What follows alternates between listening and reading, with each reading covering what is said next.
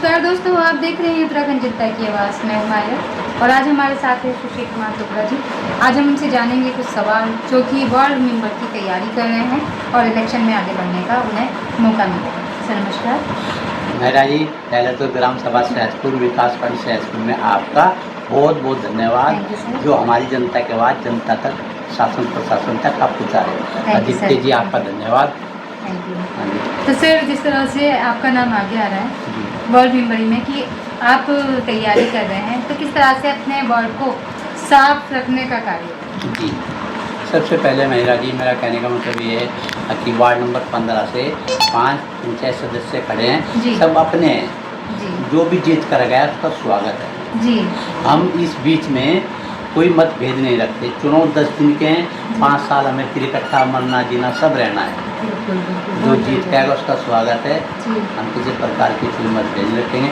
और ग्राम सभा सहसपुर की मतदाताओं से जितने भी मतदाता हैं उनसे मेरी एक अपील है ताकि भली भांति अच्छी प्रकार से अपना चुनाव करें, किसी प्रकार का मतभेद ना रखें ताकि ये मेरा है ये उसका है, कोई किसका जीत रहेगा बात सब है।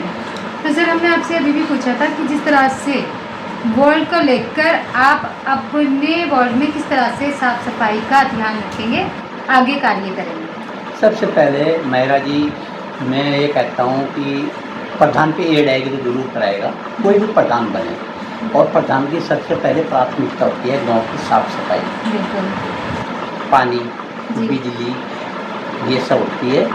और इसके बीच में भी बहुत काम ऐसे हैं, जैसे हमारे भाई ऐसे हैं झुंपड़ियों में पड़े, उनको आवास की ज़रूरत है। जहाँ पानी नहीं है वहाँ पानी की ज़रूरत है। प्रधान का, मेंबर का, क्षेत्र पंचायत सदस्य का, जिला पंचायत का यही काम है और मतदाता यही उम्मीद लेकर उनको वोट करते हैं। तो जिस तरह से देखा जा रहा है, आपने बहुत अच्छी बात बोली है कि वोट करते हैं। आपको भी आपका भी निशान सिलेंडर आया है, तो आपको जिस तरह से जनता वोट करे तो वोट यही देख के करेंगे कि आप आगे विकास के क्या कार्य करेंगे। तो जिस तरह से वोट छोटा होता है, लेकिन छोटे के साथ साथ बहुत सारी चीज़ें, बहुत सारी समस्याएं होती है, तो क्या कहना चाहेंगे? जैसे हमारी बेटी हिमानी चोपड़ा जी पंचायत सदस्य चुनाव लड़ रही है, उनका निशान गैस सिलेंडर है जी। अगर वो जीत जाती है तो सबसे पहले प्राथमिकता होगी गांव की साफ सफाई, नाली, लाइट, पानी की सुविधा इनकी होती है जी। क्योंकि जनता तो मत देती है अपना, वो भी कुछ उम्मीदें रखती है। और इससे आने वाले समय में आपकी छवि हर पंचायत सदस्य, जिला पंचायत सदस्य, क्षेत्र पंचायत सदस्य बना लेनी चाहिए ताकि आने वाले टाइम में उसको हाथ ना जोड़ने पड़े, जनता खुद चुन ले। तो सर, कुछ कहना चाहेंगे हमारे चैनल के माध्यम से कि किस तरह से आपको वोट करें, आपकी बेटी को वोट करें, आगे आपको जिताएं? अगर जनता को 15 नंबर वार्ड को हमारा अंदर कुछ काबिलियत लगती है तो हमारी बेटी को वोट करें। अंतर मेरे 4 और साथ में खड़े हैं उनको कर दें, उनका भी स्वागत है।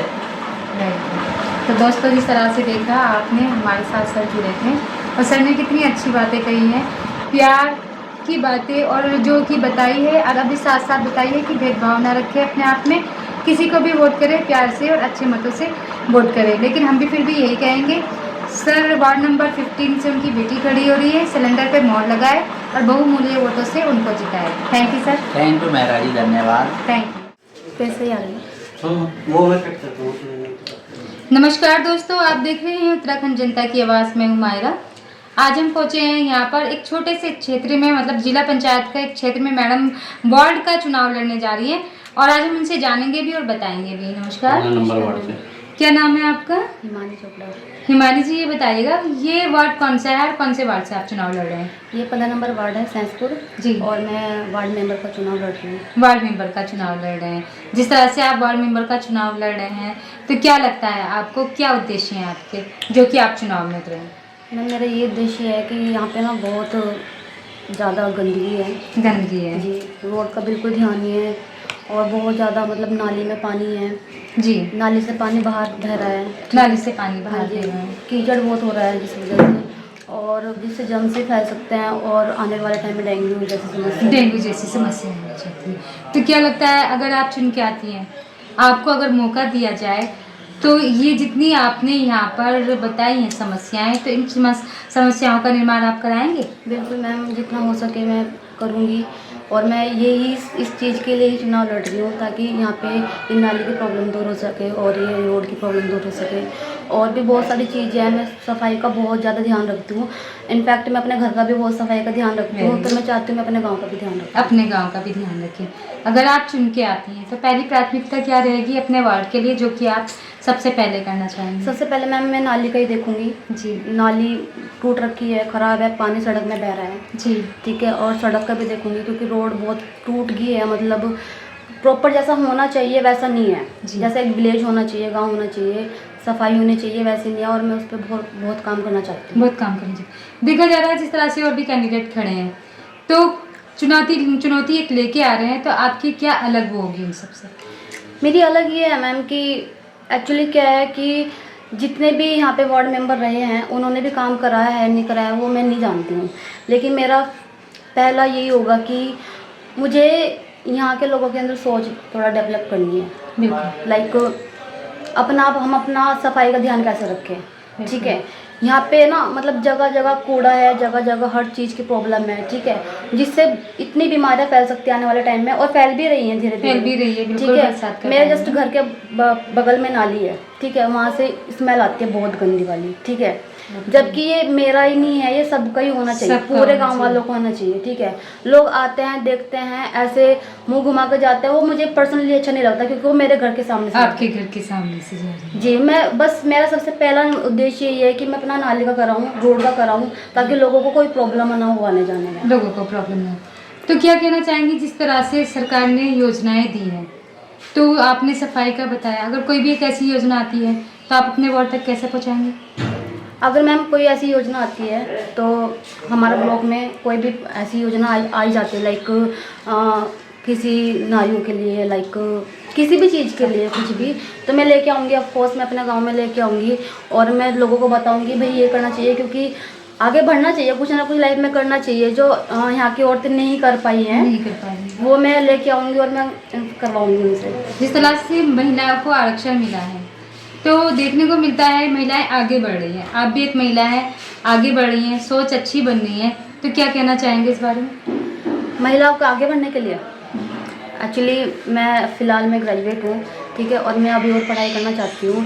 तो मैं चाहती हूँ जैसे जिसकी शादी हो गया वो नहीं पढ़ पाई है, मैं उनको प्रेरित करूँगी भाई आगे पढ़ो, कुछ करो लाइफ में, ठीक है, कुछ काम करो, सेल्फ डिपेंड बनो अपने आप में, ठीक है। और लड़कियों को बनना भी चाहिए, ठीक है। ऐसा बोलते कि नहीं अब शादी होगी, अब तो घर में रहना है, बर्तन साफ करना है, झाड़ू, मैं ऐसा नहीं मैं बिल्कुल नहीं करती। मैं अपने घर की लड़की हूँ, मेरी मम्मी मुझसे कुछ काम नहीं करवाती, मेरी मम्मी बोलती है जो तेरा मन है वो कर, ठीक है, और आगे बढ़, अपना लाइफ में कुछ कर। हाँ बिल्कुल, मेरे पे किसी चीज़ का कोई प्रेशर नहीं है, ठीक है, कि ये मत करो। तो आप मतलब जिस तरह से बता रहे हैं आप पे प्रेशर नहीं है, तो आप फिर अगर जिस तरह से वार्ड मेंबर का चुनाव लड़ रहे हैं तो किस तरह से फिर इसको वो करेंगे? मैं जैसे मेरे पास कोई मतलब मुझसे कोई प्रेशर नहीं है, लाइक, और मेरी मम्मी ना ये चाहती है हमेशा ही कि मेरी लड़की आगे बढ़े, ठीक है।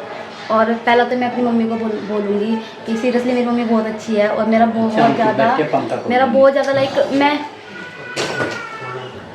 मैं एक्चुअली यहाँ की जो औरतें हैं वो समझदार तो हैं, लेकिन वो आगे नहीं बढ़ पा रही है, कुछ कर नहीं पा रही अपनी लाइफ में, ठीक है। अगर ऐसे कुछ भी सरकार की तरफ से कुछ भी ऐसी योजना आती है तो मैं यहाँ पे पहुँचाऊँगी और मैं खुद खड़े रह कर उनका साथ दूँगी इस चीज़। जिस तरह से शिक्षा को लेके देखा जा रहा है कि ग्रामीण क्षेत्रों में शिक्षा का सबसे ज़्यादा वो होता है, अगर आपके वार्ड के अंदर कोई भी महिला ऐसी हो जो कि शिक्षित ना हो, तो आप कैसे कदम उठाएंगी और उनको शिक्षा का किस तरह से ज्ञान दें? शिक्षा ज्ञान क्या देना है मैम, लाइक यहाँ पे जो प्राइमरी स्कूल है हमारे, ठीक है, बच्चे जाते भी हैं नहीं भी जाते हैं, मतलब कोई ऐसा प्रेशर नहीं है उनके पे कि तुम्हें पढ़ना है, कोई मतलब नहीं है, घर वालों को कोई रिस्पॉन्सिबिलिटी नहीं है कि हमें पढ़ाना नहीं, क्योंकि मम्मी पापा खुद नहीं पढ़े हुए होते हैं, ठीक है। लेकिन मैं ये चाहती हूँ अगर ये कोई योजना आए पढ़ाई लिखाई की, किसी भी चीज़ से, आदमी हो औरत हो, कोई भी XYZ, ठीक है, उनको मैं प्रेरित करूँगी पढ़ने के लिए।